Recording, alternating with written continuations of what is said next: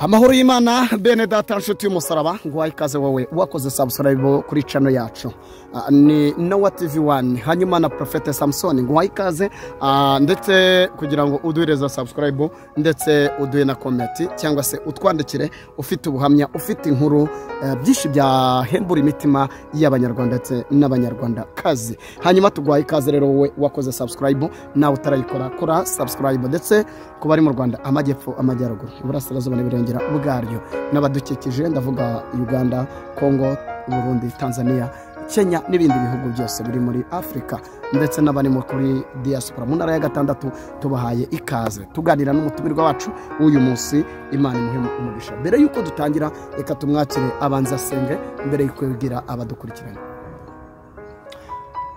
Murakoze cyane mubawe turabashimira. Yego. Subscribe mu mazina za comment na share muna dushayaringa Imana ibagirire neza. Ni umuhanuzi Noah umushumba ugarutse imbere yanyu ufite umugore n'abana. Haleluya. Nzanye ijambo noneho rije kurimbura no gukiza. Yego, haleluya. Yego. Nzanye ijambo rije kurimbura kandi rije no gukiza. No ariko bantu usenga. Yesu Kristo. Haleluya. Umujyanama. Imana ishimwe. Kandi inzira. Imana ishimwe. Mahoro umucyo. Yego. Ubera hose icyari. Yego. Namenye ko ari wowe mucyo menya ko ari nawe mwijima. Yego. Ariko uri muri wari muri byose. Bana na buri wese ubana nawe ukumvira mwami ubane nawe kandi umwongerera imbaraga utakumvira indishwe umushyitsi n'ijambo ryawe umenye ariko mwami wakugiye kure n'abajye kure yawe icyubahiro kibi cyawe amahoro abe mubo wishimira mu izina ryawe Yesu. No watutarajya kure nagira ngo banze uvuge nomero yawe mbere yuko tukomeza ikiganiro kuko mukangiye kwinjira mwiyerekwa rigari. Nomero yanjye ni 0788504014. Rero Imana ibagirire neza. Yego. Ubutumwa bwawe ni karibu. Amen. Nubuhanuzi. Imana ishimwe. Harimo ubutumwa. Imana ishimwe. Nje ndongera ndabisubiramo. Yego. Nje kwerekana neza ko abanga Imana ije kubarimbura. Imana ishimwe. Abakunda Imana ibakiza. Yego. Abanga Imana ije kubarimbura. Yego. Abakunda Imana ibakiza. Nibyo. La pafodremela. Yego. Uwiteka. Yego. Azi byose. Yego. Rero njya numva bamwe banavuga ngo abazimo reka nkubwire Imana yacu ikorera hose kandi si umuzimu. Yego. Umuzimu nta mubiri agira, umuzimu nta magufwa agira, umuzima nta n'ubugingo agira. Ariko Imana dukorera ifite umubiri, ifite ubugingo ndetse ifite n'amagufwa. Rero ndagira ngo mbabwire ngo Imana igira inkovu zigaragara ariko Satani nta nkovu agira zigaragara. Niyo mpamvu ngira ngo mbabwire bataje gukubita umuzimu. Nibyo Mana ishimwe. Data aje gukubita umuzimu cyangwa imizimu. Rero ndagira ngo mbabwire ngo icyambere nuko data aje gucangura ibyanduye n'ibye. Kandi yabicanguye ndagira ngo mbabwire ngo bamwe bararira abandi bagaseka. Bamwe buzura umwuka wera abandi bagatuka Imana. Rero ndagira ngo mbabwire ngo Imana ihaza igisuzuguriro cy'abayituka. Imana ihaza igisuzuguriro cy'abayituka. Imana nimvuga igisuzuguriro cy'abayituka mwumva ibintu byose. Ndagira ngo mubwire ngo umuntu yaca mu byaha ariko ntiyakora ibyaha. Imana ihimbazwe rero. Umuntu yaba mu byaha ariko ntiyakora ibyaha. Umuntu yagendera mu byaha ariko ntiyaba umunyabyaha. Ndagira ngo mubwire ngo umuntu yaba mu banyabyaha ariko ntabwo yakora. Mana ishimwe. Haleluya. Bibiri tubwiye ngo iki ngo naho yagira agwa mu cyaha ntabwo akora ibyaha. Tujye dutandukanya kugwa mu cyaha no gukora ibyaha. Ese kugwa mu cyaha ni ryari? Igihe umuntu ahuye n'ababisha barenze ubushobozi bwe nibwo agwa mu cyaha. Ariko igihe atarenze ubushobozi bwe ari gukora ibyaha. Yego. Nowa tugeze mu gihe gikomeye ubwo abantu bari kurwanya Imana, ubwo abantu bafashe iyi Mana yacu cyangwa ya Isirayeli bamwe batangiye kuyivogera kugeza ku rwego bari kuyikora no mu jisho. Ubundi kitarabora ntabwo ijya yigaragaza. Imana irabireka bikabanza bikanuka ndetse abantu bakagira iseseme ariko Imana yo yarangiza ikaza kuko izi kweza neza igatanga ubugingo igatanga amahoro igatanga ubwenge n'ububasha ndagira ngo nkubwire ngo uyu munsi ikintu kigezweho ni ukugira ngo abatagendanye nayo bayishemo basoke none abayirimo bakomeranye nayo. Haleluya. Amen. Torazana kasema Uwiteka ndagira ngo ndaguha ibintu bitatu cyangwa bibiri Uwiteka akoreramo. Uwiteka ari muri byose ariko yanga icyaha, yanga ibyaha. Niyo mpamvu umuntu rero yamuhaye ubwigenge nk'ubw'Imana ahubwo arangiza yigiza agasuzuguriro adashaka kubaha Imana, ariko uwubaha Imana ije kumurokora. Imana ihimbazwe. Bavuga ko abantu barokora abandi, Imana niyirokora. Muri bigaragaza ngo ndetse n'abanga Imana bibaho. Ndagira ngo mbabwire neza yuko Imana yacu iherutse kwanga agasuzuguro muri Egiputa. Dutabare Imana, ejo bundi Imana iherutse kwanga agasuzuguro kwa Farawo. Irangije imaze kubambutsa n'inyanja itukura, yanga agasuzuguro mu butayu. Ndagira ngo mbabwire ngo agasuzuguro yanze kiriya gihe no muri iki gihe cya none 2025 kuri izi tariki 24 Imana ije guhindura. Imana yanje agasuzuguro. Imana ije guhindura. Yaba umuzungu, yaba umwirabura, yaba umwarabu, yaba umugiriki, yaba umwisiraheli, yaba umuyuda, yaba iki, Imana yanze agasuzuguro. Noah, pastor, ndatekereza ko ikigaragara nuko bigaragara yuko abantu bari kubona amatara arimo araka ndetse bakabona ahantu hamurika bakabona ibintu bimeze neza, ariko nibabone yuko mu buryo bw'umwuka, babone ko mu buryo bw'umwuka abantu bari mu mwijima, babone ko abantu bababaye. Ndagira ngo nkubwire mu bice 22 umurongo waho wa 28 kugeza umurongo wa 28 haravuze ngo ntugatinde kunyura mu byuzuye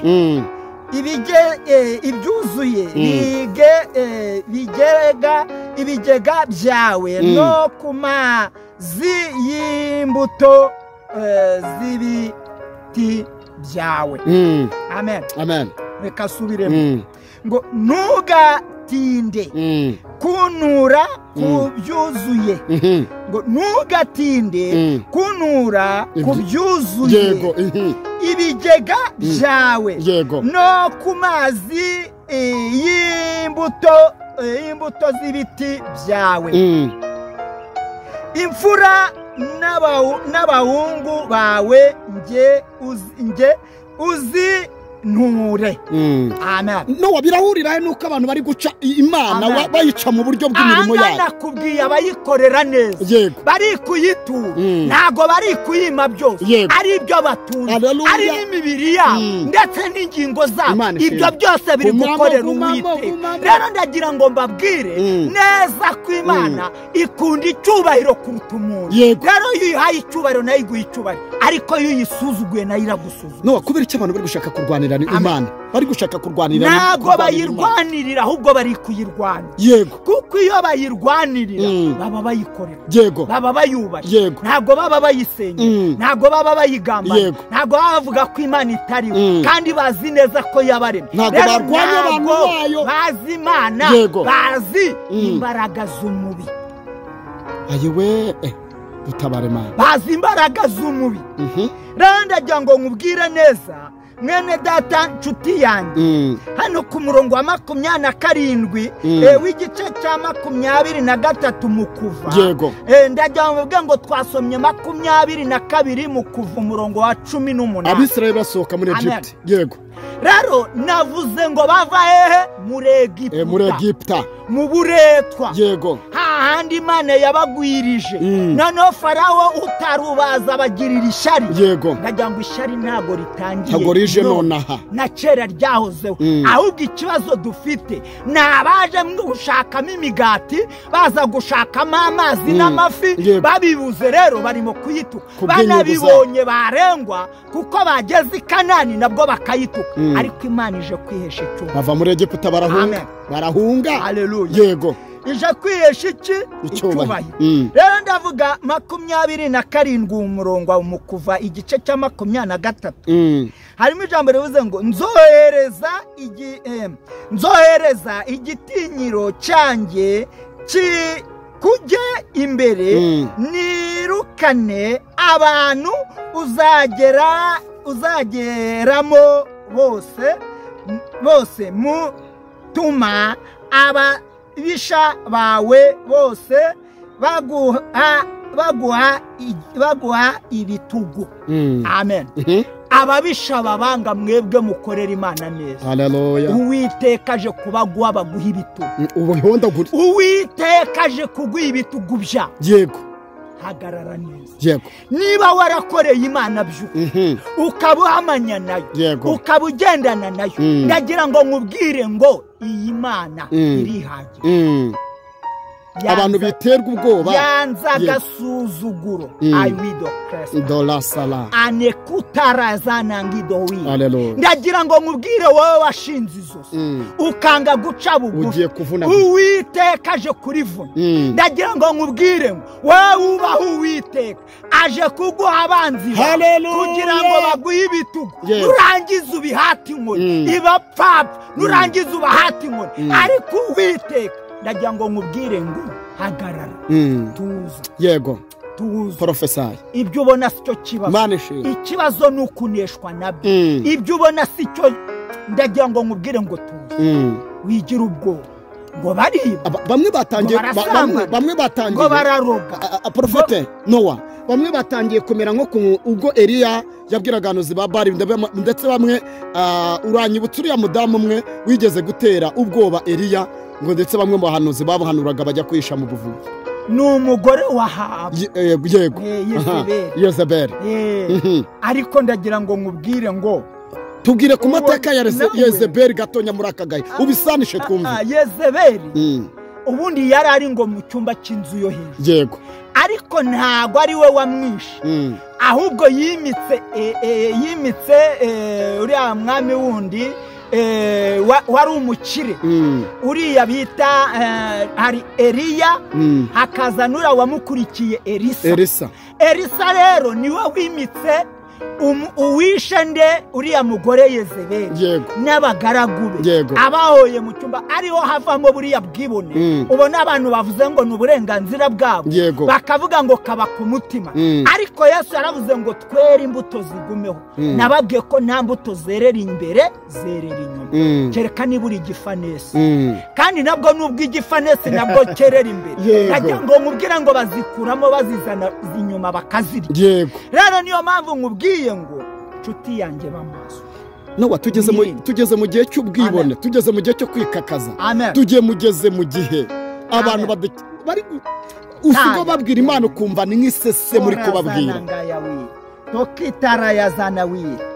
tangebre mara ndagira ngo nkubwire mwene data n'ubuhanuzi ntago butinda yego rero ndagira ngo nkubwire 23 umurongo waho wa 5 wumve neza haleluya umurongo waho wa 5 utubwiye ngo iki yego amen amen uravuze ngo Pawulo ati bene data sinarinzi ko ari we mutambyi mukuru kuko byanditswe ngo ntukavuge nabi umutambyi n'ubwoko bwawe amen amen twe turavuga ibyanditswe byera na Pawulo yarabivuze nibuke ko yarari mu nzu y'imbohe njya numva muvuga ngo ntago barenganya abantu ngo ntago babafungaye ngo ntago umuntu uvuga imana baramufunga, ntabwo wajya amageragere, umuntu wubaha imana baramufunga, ndetse n'uyikorera nawe bakamufunga, n'utayikorera bakamufunga. Hanyuma y'ibyo rero niyo mpamvu Yesu avuze ngo twebwe dukorera ahantu aho ariho hose, nta mupaka tugira. Ubuse reka twibaza abantu badashaka ko gukorera imana atazazamo no gufunga. Ndetse Yohana yabatije Yesu, cyamubuje kujya amagereza? Oya, nababwiye ngo barimo kwibeshya. Burya urokoka kuko imana yavuze ngo baho, ntabwo urokoka kuko ari wowe wirokoye, nta nubwo ari n'ubwenge urusha abapfa gupfa. Ndagira ngo nkubwire ngo kuba uriho n'Imana no gupfa n'Imana. Uyu munsi wa none ubimenye. Niba ushaka kurira, reka mvuge iki kintu, kurira mu nnyo nk'uruyuki ufite ikibazo. Wowe Bibiliya iravuze ngo genda neza, utunganye, ubana nayo, aho uzaca hose. Merutse gukurikira ikiganiro ko kuri cano ngo y'umuntu bita Zuzu, ntago muzi, avuga ngo azakoresha ukuri ngo ahitemo neza. Aravuga ngo kandi niyo yakora icyaha nuko suko yagize gute, nuko bivuga ngo rero abantu benshi bari kubeshera Imana. Uriya muntu nge naramushimye kuko ari mukuri, ariko umuntu wibesha ngo arakorera Imana abesha akajya no mu byaha, afitanye urubanza. Nibo abantu baduteje akaga mu ngabo. Aba rero ndagira ngo nkubwire ngo ntanga n'urundi rugero. Abahanuzi benshi, abatambyi benshi, hari ababaye nka Miriyamu, hari ababaye nka Roni, ariko ndagira ngo nkubwire ngo Roni ntiyanywe nk'uko Miriyamu yahanwe, kandi Roni nawe ntago yanywe nk'uko Miriyamu yahanwe. Numva urupfu neza bapfuye, ndagira ngo nkubwire ngo bapfuye urupfu rukomeye. Rero natwe ndagira ngo nkubwire ngo kandi bababariwe, basabye imbabazi, bakuvuga ngo basenze. Rero hari amayeri y'aba basambanyi namaze kumenya, bishe mu murimo w'Imana, barangiza ngo baratuye, ngo bariyatuje, ngo Imana yabababariye. Ibyo Bibiliya byita kwesha iki? Amahoro. Ariko Bibiliya ivuze ngo iki? Nta mahoro y'umunyabyaha niko Uwiteka avuga. Haleluya. Usambana uzabyishyura. Niba rero uri umuhanga ukaba uri umunyabwenge, irinde gusambana.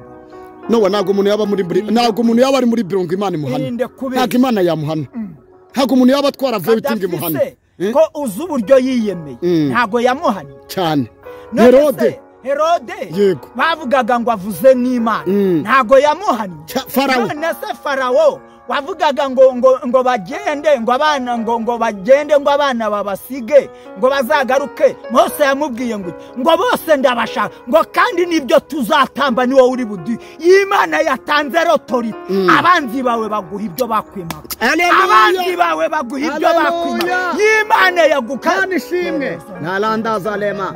Yego. Amen. Mana shimwe. Hari abantu bajya bibesha Nowa ngo Mose ngo yaguye mu butayu. Yagira ngo nkubwire ngo ntago yaguye mu butayu. Mose y'Imana niyo yamwihambiye, kuko ndagira ngo nkubwire ngo Mose yamuhamagazaga amategeko, niwe wagiye kuyatanga, na Eliya agiye gutanga ubuhanuzi imbere ya Yesu. Rero ndagira ngo mbabwire bene data, kuva mu itangira ukagera mu byahishwe harimo Yesu, kuva mu itangira ukagera mu byahishwe harimo icyaha. Rero biravuga ngo hitamo. Kandi abantu barababariwe, hitamo. Abantu ngo barababariwe, ngo bari kubw'ubuntu. Niyo mpamvu abatinganyi buzuye, niyo mpamvu abasambanyi buzuye. Wari wasoma ese Nowa umva, wari wasoma Matayo ibice 6 wenda umurongo wa 17 wumva uko avuga. Havuze iki? Uririnda iki?